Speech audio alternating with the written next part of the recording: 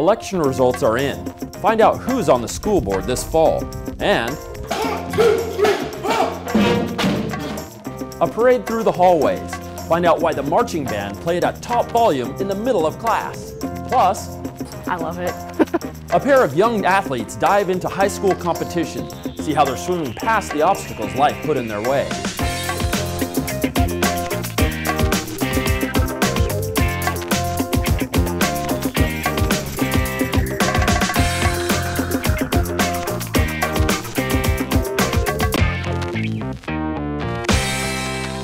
Hello and welcome to Inside Vancouver Public Schools. I'm Chad Young. Vancouver voters make their voices heard as they decide 3 races for spots on the school district's board of directors. For position number 1, incumbent Dale Q. Rice was re-elected.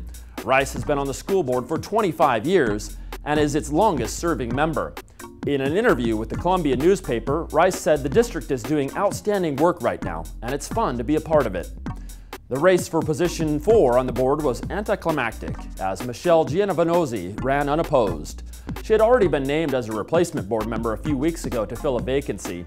This is a tweet from Superintendent Steve Webb of Gianovanozzi getting sworn in by board president Mark Stoker. Position 5 was also drama-free.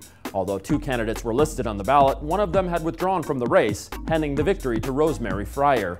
Fryer is a former teacher. Holdovers Mark Stoker and Kathy Gillespie make up the other 2 positions on the board.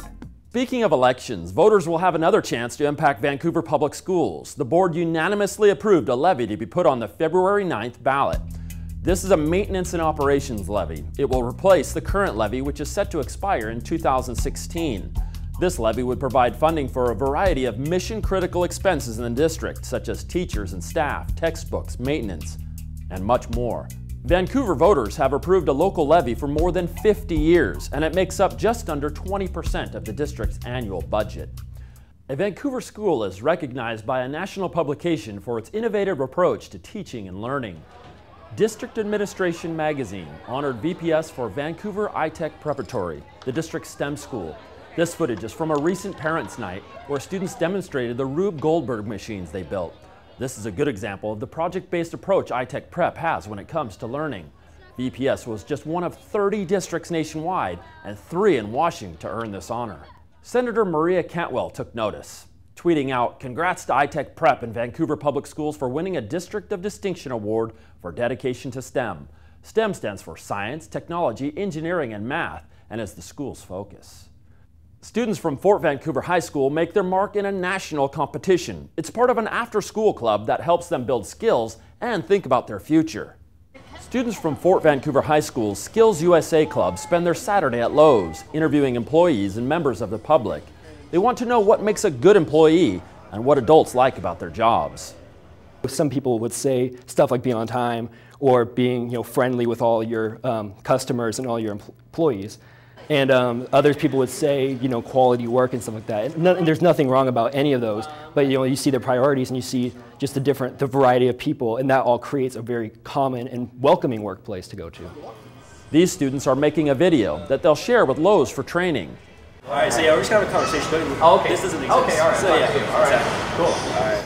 SkillsUSA is a national organization that encourages job skills in a variety of fields, and it has these students thinking about life after high school. I think about it a lot. I mean, it's pretty far from where I am now because I'm only in my 2nd year of high school, but it's something I always think about because it's important. I mean, it's going to be what my whole life is based on. I was never really thinking about my future. And then SkillsUSA kind of I was like, oh my goodness, what am I going to do in my future? The program at Fort is strong, and this year it was named a Model of Excellence, one of only 24 chapters from around the country to be honored. We stopped by Fort on the school's Spirit Day and asked them how the club has helped them. If I had one word to describe it, it's professionalism. I've learned just everything from the basics, like how to tie a tie and wear professional clothing, but even more so than that, conducting business inquiries and talking to important people and just knowing how to get your foot in the door as your own entrepreneur. They've learned part of being a pro is being organized and communicating. Over the past year, really, I've gotten so much better with speaking, and I'm just much more confident because of SkillsUSA. Skyview, Columbia River, and now Vancouver School of Arts and Academics all participate in SkillsUSA. Every school across our area is closed for Veterans Day, so they honor our nation's veterans early.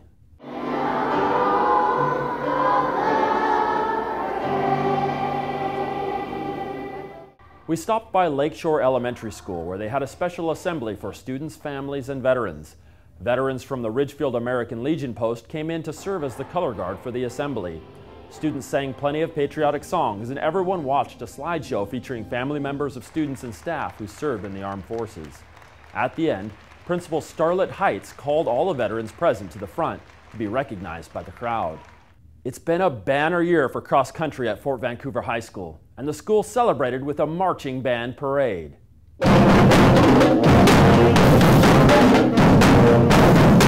The team, accompanied by the marching band, walked through the hallways on a Friday morning to cheers from students and staff. Later that day, the young runners headed off to regionals as they tried to qualify for state. This is one of the best teams at Fort in more than a decade. I love my team. We really help each other push through everything, and I don't know, it's just a team effort. And it's really amazing to see that as cross country, like, we made it here, because normally, like, you hear about football and soccer, but this time it's running. It feels really good to have done something and to have broken records at Fort, especially in high school. It's pretty awesome. The last girl you saw, Emily Phelps, won the league title as a freshman and finished 6th in regionals, qualifying for state. At the 3A state meet, Emily finished 59th, not bad for a freshman. Fellow Fort freshman Anna Harrison finished right behind her. Columbia River's Ellie Firth finished 77th. At the 4A level, Ellen Burbank of Skyview finished 92nd. Winning is great, but that's not what high school sports is all about. Young athletes are learning teamwork, the value of hard work, and how to push themselves. At Hudson's Bay High School, a pair of swimmers demonstrate those ideals every day. Nick Vole has their story. Competitive swimming is hard enough. It takes strength, stamina, and a lot of technique. Now, imagine if your view from the pool went from this to this. That's the extra challenge facing two swimmers on the team at Hudson's Bay High School. Without my glasses currently, from where you are standing, you look like a blur. Alex Ann and Caitlin, who wasn't available for this story, are students at the Washington State School for the Blind, but they compete with the Eagles at Bay. The School for the Blind is a boarding school, and when Alex Ann and Caitlin were assigned as roommates, they discovered they had something in common: swimming. Both Alex Ann and Caitlin really, it seems like it's just their element. They're really comfortable in the water. They're both pretty fearless. You'd have to be fearless when you can't see the end of the pool. I follow the big black line in the pool, and I count my strokes. So really, it doesn't affect it. It just helps add more challenges to become better. Coaches stand on each end of the pool, holding canes with tennis balls at the end. They tap the swimmers on the head when they get close to the wall. For the girls, swimming is about just getting up there, racing, having my teammates behind me and support me.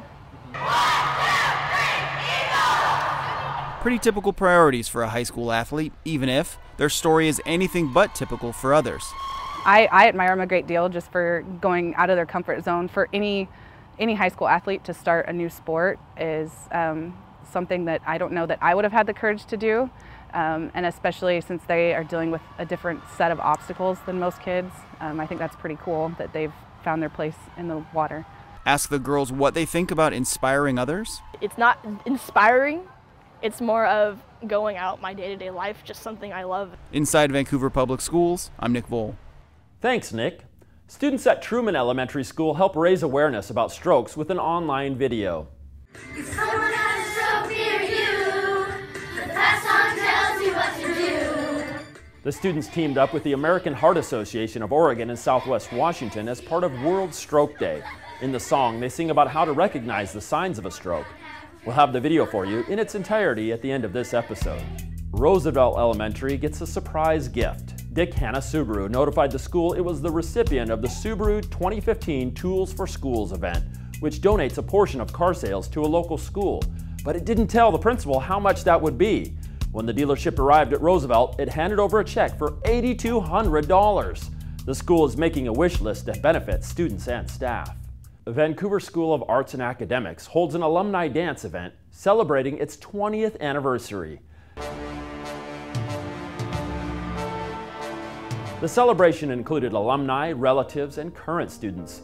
They watched performances, dance videos, and shared past and present experiences. The alumni included students from 1997 and on. They had the opportunity to perform and reminisce with other past students.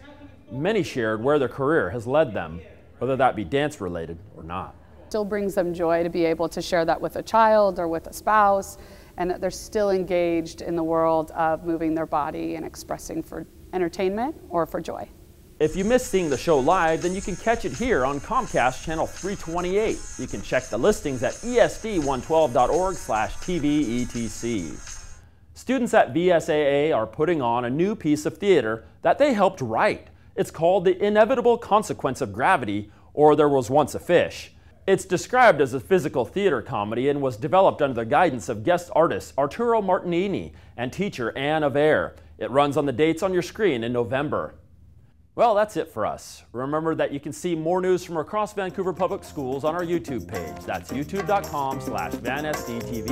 Until next time, I'm Chad Young.